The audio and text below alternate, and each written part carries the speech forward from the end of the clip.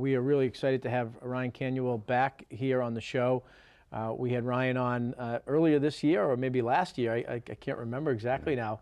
But Ryan was selected as one of the 12 companies as a part of the Chamber's Startup Worcester program, where about 30 college students submitted a business plan and were selected to grow their business or incubate their idea over at Running Start, the co-working space. And Ryan, in a short period of time, you outgrew that, part of the Becker College video and digital gaming major and team over there. Your company, Pentricore, it's really exciting, and I think it really, well, tell us about the company. Yes. Where you're at. So we got started. It's been about 8 months now since we got started back in May when we graduated. When we first got started, we worked on our first game, Mind the Arrow, and that was what I'd talked about last time. And now we've delivered a second game called Gelato Flicker. And we've done both of those through our publisher, Thumbspire. And now what we're doing is we're starting to work on a third game. We do a lot of contract work as well for people if they have an app or a game or something in that field that they're looking for development on. We help them out with that as well. We've got 4 people full-time on the team and a part-time person who we're looking to bring on. And our theme at the Chamber, and the themes or the words that we use to organize our work are recruit, retain, and incubate. And one of the things that we're trying to do as a 140-year organization institution that has helped create an environment that's conducive to jobs and trying to encourage business creation and job creation.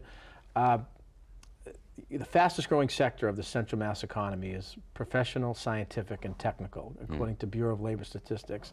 In that space is video and digital gaming, and I know we talked about it when you were on the show before, but I think it's for our viewers who maybe did not see that episode, even though it was widely watched. You graduated from Becker College with a degree in video and digital gaming. It's not the title, but with a focus in design, but gaming with a focus in design. And gaming today is defined, it's digital gaming, video, handheld. It's everywhere. Yeah. And with that, you had an idea to create a company, and have done so, employing four plus people now. Yeah. And you mentioned Mind the Arrow. So that was a game that you guys developed. Yeah, we developed that ourselves from start to finish. We did everything for it. And we work with a publisher, so they help us on the marketing side, and they've been great to work with. And that's been successful with the number of downloads? It has, yeah. So Mind the Arrow is at over 200,000 now across Android and iOS. And now you've got a new product. We want to talk a little Gelato Flicker. Yes. So we've got another game, it's called Gelato Flicker. We just released it on right before Thanksgiving, and you can download it right now only on iPhones. We did an iPhone exclusive, and we're going to release on Android in the coming weeks, so a few weeks from now that'll be out. It's done really well. We've actually seen improvements in pretty much every part of it. We've seen about a 60% bump in revenue. From Mind the Arrow to Gelato Flicker. We've seen, just on iOS alone, Gelato Flicker's gotten about 20,000 more installs, and it's only been out for about a month, a little less than a month. So this is not a free app. People, because they love playing games, or people want to, keep themselves entertained, kind of test their kind of visual and hand-eye coordination, right? Yeah. They download these games, pay a few bucks. So it's actually, you can download it for free, and then we have ads within the game. Oh, okay. Is that how it is? Okay. You can pay to remove the ads if you find them annoying. I know, a lot of parents don't like having ads popping up all the time while their kids are trying to play the game. So we do have the option. You can just pay $2 and get rid of all the ads and play for as long as you want. So is that kind of a transition in terms of what people would pay to download it now? It's kind of revenue through the ads? Yeah. Or is it a blend? It's still a blend, but it's tricky. There's so many really great games out there that are free, and the way that they make money in very creative ways, where they have in-app purchases or they do ads, and there's so many ways to monetize other than just a flat fee now.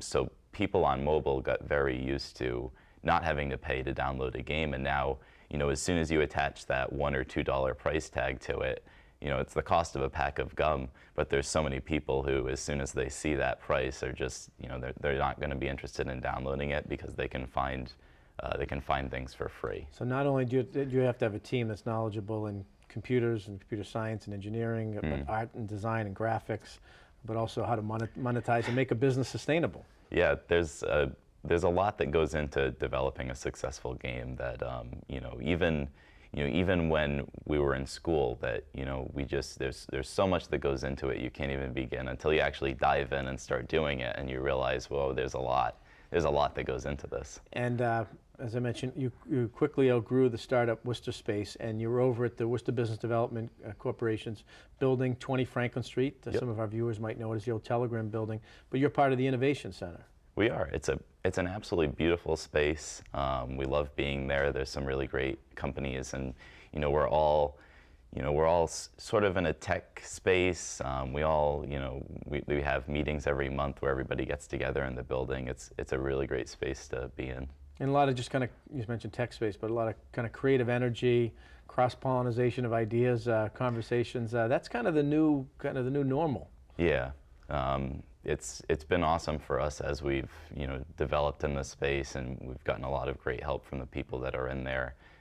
We've gotten a lot of help too from we had a partnership with Becker College where we all graduated Right. from, and they're helping us out with the space actually and providing that for us, which has been awesome. For us, just starting out to not have to worry about certain costs has been huge. Well, incubating new businesses, the commercialization of research, I think there's a Yeah. major focus on that across the spectrum, because it allows us to fully leverage the intellectual capital that our colleges and universities provide, trying to create the type of spaces that as college students and young graduates and entrepreneurs like yourself are attracted to. So this is exciting. So we got about a minute left. One more pitch on Gelato Flicker. What do people need to do? Okay. And what does it do?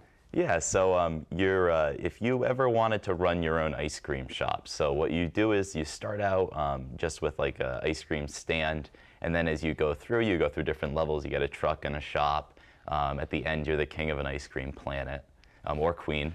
And so what you can do is that you're sorting the ice cream as they come in. So different kinds of ice cream will fly into the middle, and you sort them to different cones. The customers have different orders that they want, and you have to be quick about sorting it, but you also have to make sure that you're matching it right. So it's a puzzle game very similar to the first puzzle game that we built, but it's a lot of fun, and you should download it on Apple and very soon on Android. And everyone loves ice cream. Exactly, yeah. And if you don't, you're in trouble. Exactly, yeah.